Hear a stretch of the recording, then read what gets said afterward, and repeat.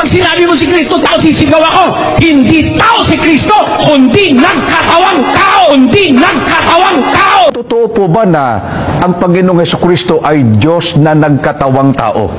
Mga kaibigan, salungat po sa aral ng Biblia ang paniniwala na ang Panginoong Jesucristo ay Diyos na nagkatawang tao. Sapagkat ang tunay na Diyos po, hindi po nababago. Batay po dito sa Malakias 3:6. Sapagkat ako, ang Panginoon, ay hindi nababago. Kaya't kayo o mga anak na lalaki ni Jacob ay hindi nangauubos. Gaano po ang hindi nababago sa Panginoong Diyos?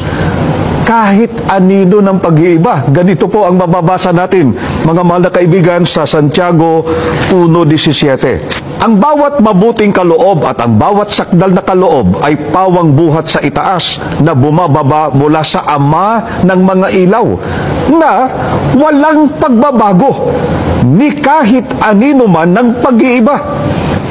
Malinaw po ang pahayag, ni anino man ng pag-iiba. Kaya ang Panginoong Diyos hindi po magkakatawang tao. Bakit po ang tunay na Diyos ay hindi po magkakatawang tao? Sapagkat siya ay hindi po mapayag na siya ay Diyos na ay tao pa. Pakinggan po ninyo ang nakasulat dito po sa Oseas sa 11:9. Hindi ko isasagawa ang kabangisan ng aking galit. Hindi ako babalik upang ipahamak ang Efraim, sapagkat ako'y Diyos at hindi tao, ang banal sa gitna mo, at hindi ako paroroon na may galit. Malinaw pong pahayag ng ating Panginoong Diyos. Ang sabi niya, ako'y Diyos at hindi tao. Kaya hindi po siya nagkatawang tao. Hindi siya pumapayag na maging tao.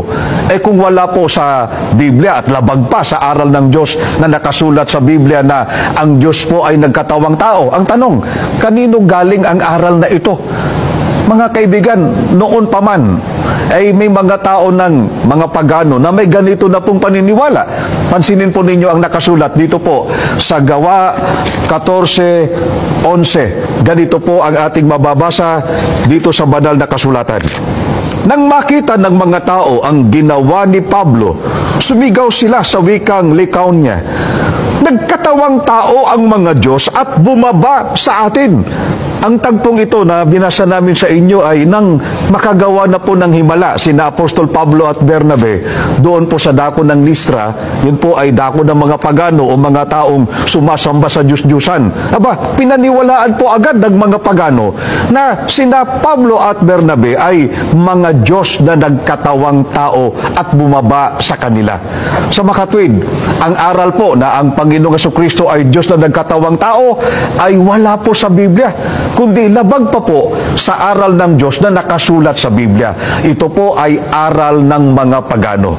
Hindi tao si Kristo, kundi nagkatawang tao. Ito po ay aral ng mga pagano.